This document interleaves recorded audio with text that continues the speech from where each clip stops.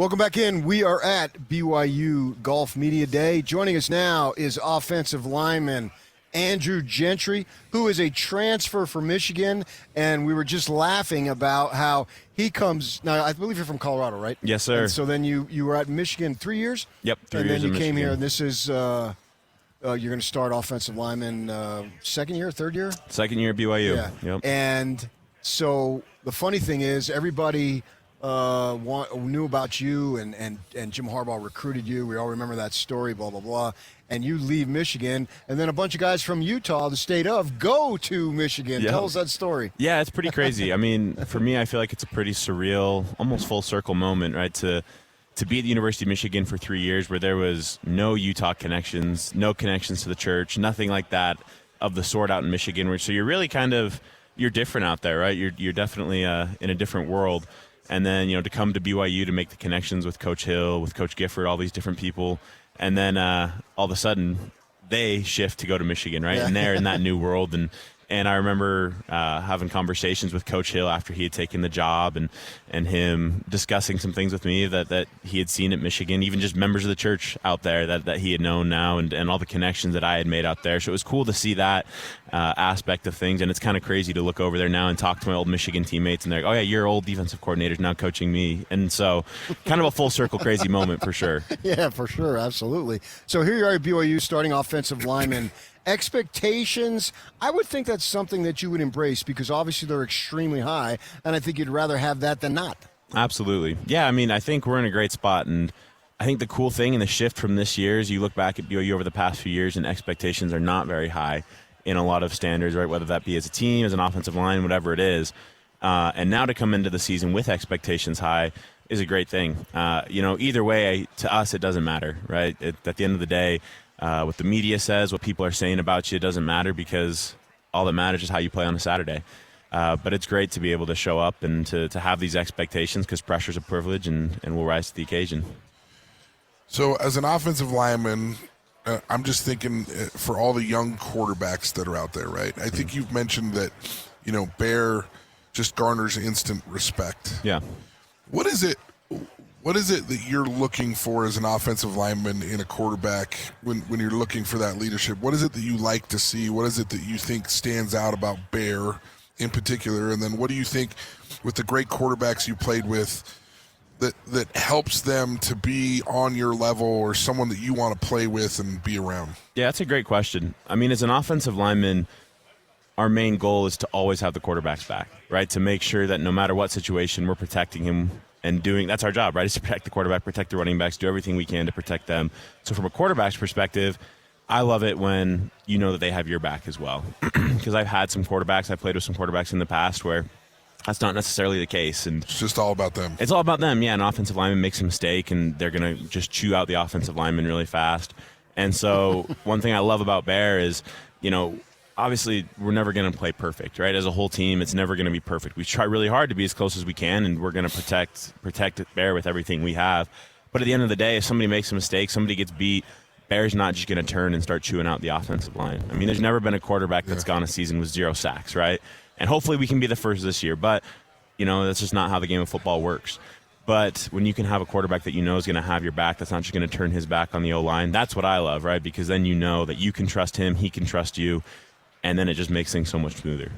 Andrew Gentry, returning starter on the offensive line for the BYU Cougars, joining us here on 97.5, the KSL Sports Zone. Also, too, we expect a lot out of Bear because this is his second year, but you have the returning Offensive Player of the Year coming back in LJ Martin. That's got to be something that you look forward to opening some holes for him. Oh, absolutely. And that's the great thing about having a great running back is it opens everything up. When I played at Michigan on that national championship team, we had Blake Corum in our backfield, and you have Donovan Edwards in the backfield as well. And so when you have weapons like that, it forces the defense to be honest, and then it makes great quarterbacks as well, and vice versa, right? When you can have a great rushing attack and a great passing attack, which we will have this year, it opens up so much because the defense has to play you honestly. They have to bring guys up to stop the run, and then we'll throw it over their heads. They have to play guys back because we've got great receivers and a great quarterback. And then we can run the ball for 6-7 yards with LJ all the time. And so it's just an incredible duo to have back there of a great passing game with Bear and our wide receiver core, and then with LJ back there, it's going to be a great year for us. We were talking yesterday a little bit about the BYU offense and how much you can open up the playbook and not. And I kind of feel like it depends on your players, and it depends on, early in the season, you push some of those limits to see what you can do. Is there anything different about this offense this year? Is there anything different that you guys think that you'll be able to do offensively, both as a line? First, answer that as a lineman and with your group, and then answer it a little bit more broad with the offense. Yeah, I think the great thing about the O-line this year is there's a lot of cohesion from last year. We all know how to play with each other. We know each other's strengths, each other's weaknesses, and so there's a lot of trust that, one of the great things in offensive line that I've seen is when you don't have to say anything, but you just know what the guy next to you is going to do. It helps you play so much faster. And so as an offensive line, maybe not as much that we're trying new things this year, but we can play so much faster that I think we can call a lot of plays that might be tricky for a new offensive line to run, but because all of us have starting experience, whether that's at BYU or at different schools, and all of us have played together for a while, we're going to be able to play so much faster and so much quicker. And then I think as an offense, that's just the case in general as well. I mean, just like we talked about, it's Bear's second year. I mean, LJ is the best running back in the country. And so we just have so many different options that we can play together and do different things. So, but at the end of the day, it's still football, right? And we've had a lot of success as an offense of what we've done and what A-Rod has drawn up. So, without giving too much away, I don't think we're going to change too much up, right? Just because, what works, you don't want to change up. But at the same time, I'm sure that we're going to open up the playbook a little bit just to utilize our strengths of what we have this year.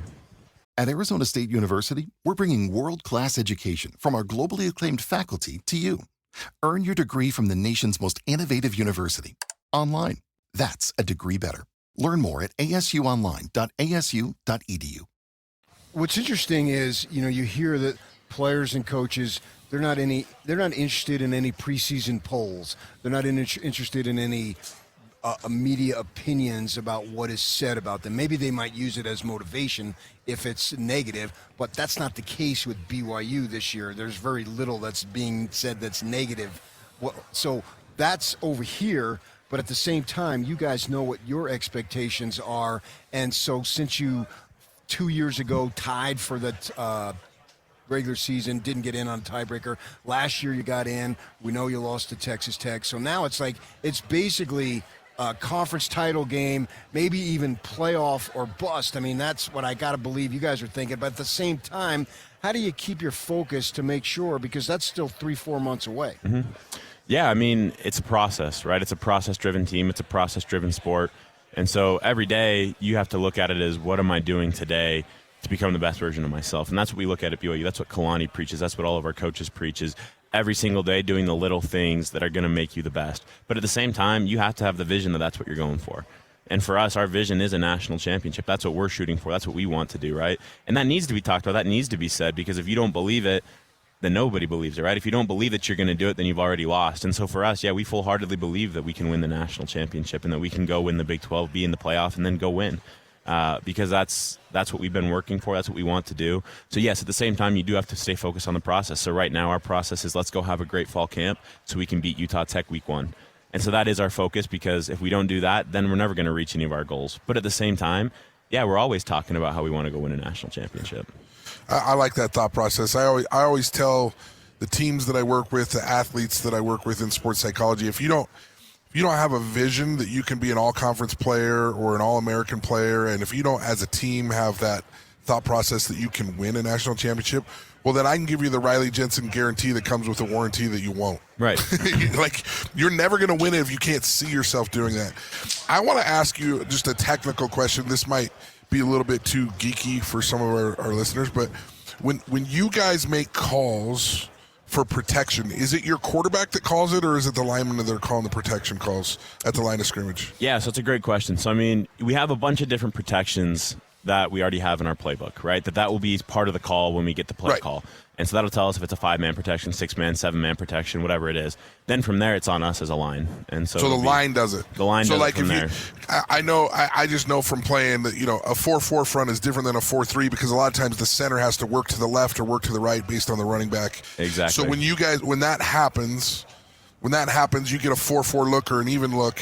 Your center is the one making the call left. Exactly. See, because I always liked it when I called it as a quarterback, because if I miss the call and my jaw gets knocked off, I'm not going to miss that call again. Right. If the offensive line misses it, they'll help you up, and they feel bad, but they might miss it again. So I always put it on the quarterbacks instead of the linemen to make the right call. Well, it's a good thing when we have Bruce Mitchell playing center, because he doesn't miss very often. He's pretty good at getting us in the right spot, and that's the other thing, too, is we've got a lot of veterans on the O-line, too, that we help each other out, and Bruce is the one making the call 99% of the time. But when we can help him out with that 1% to shift it, and at the end of the day, Bear can override anything. So there are times where Bear will get up there and he can override a protection, but 95% of the time it's Bruce making that call and us helping him out. That's kind of fun. I just love that part of the game. It's the chess game, right? No doubt. And then there's always the little tandem calls that you guys are making with the guard and the tackle. Like, you'll see a corner coming off, and you're like, hey, I'm going out to this guy. You got to slide out here. I mean, there's just people don't understand how much talking is going on between those 5 guys up front. It's a lot. And then Bear has to time it out and snap the ball, and you guys all have to then go in the right place. 100%. It happens so fast. It does. It's a whirlwind that you got to be ready for, and that's why film is important. And Coach Woods does such a good job of that communication piece and teaching us the game, so you can make those calls and play confidently. It's the best chess game in the world. No doubt about it. And here I thought, and I played freshman football in high school, I thought you just have to knock the guy in front of you on his butt and you're good to go. Well, there is some real truth to that too, though. There is. As much as we want to complicate it, it's still about blocking and tackling. 100%. That's what it is. Just beating the guy in front of you, and you can win your one-on-one matchup. Yep. Then you'll do pretty solid. Andrew Gentry, offensive lineman for BYU. Did I say Jensen? Gentry. I'm Riley Jensen. Jensen. He's You're Gentry. Hey, it's great. Thank you guys so much. I want to throw one more at you.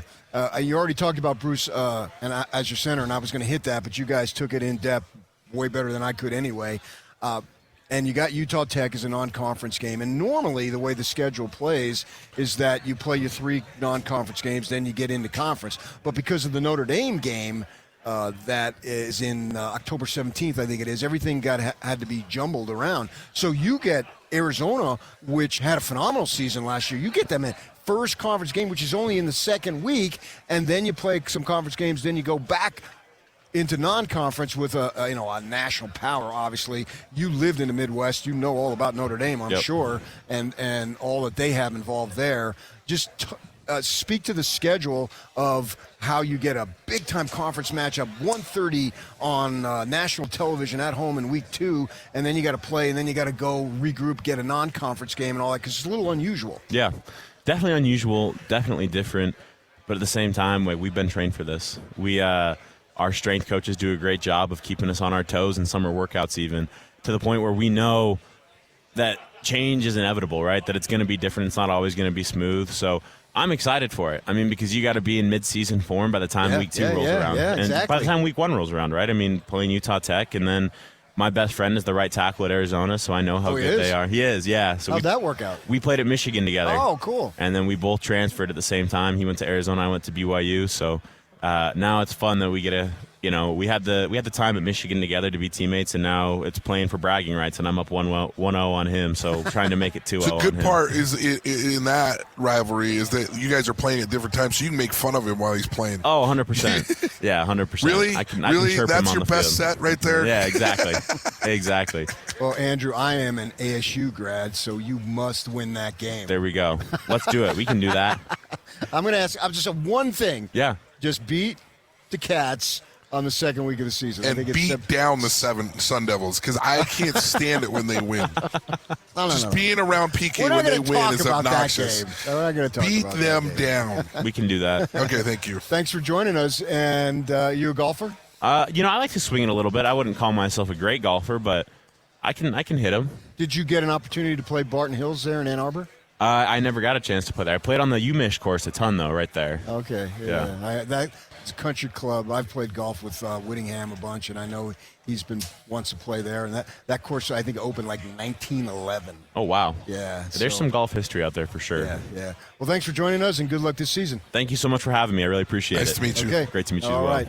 That is Andrew Gentry, offensive lineman for BYU, returning offensive lineman. Huge expectations for the offensive line and the football team in general, for sure, with the Cougars. National championship, thinking about that. You like, Riley Jensen, that they actually are saying something along those lines. Well, I just don't think that you can play college football without having like really, really high expectations for yourself. And that doesn't mean that it's always going to happen. It just means that it can't happen. It cannot happen for you unless you think it can happen. Now that doesn't, and so on the other side, it doesn't mean that it will always happen just because you can envision it. But there's no way it can happen if you can't see it happening. I understand. In personal life, if you got a goal to be a great football player or a great basketball player, you got to be able to see it. You got to be able to see it.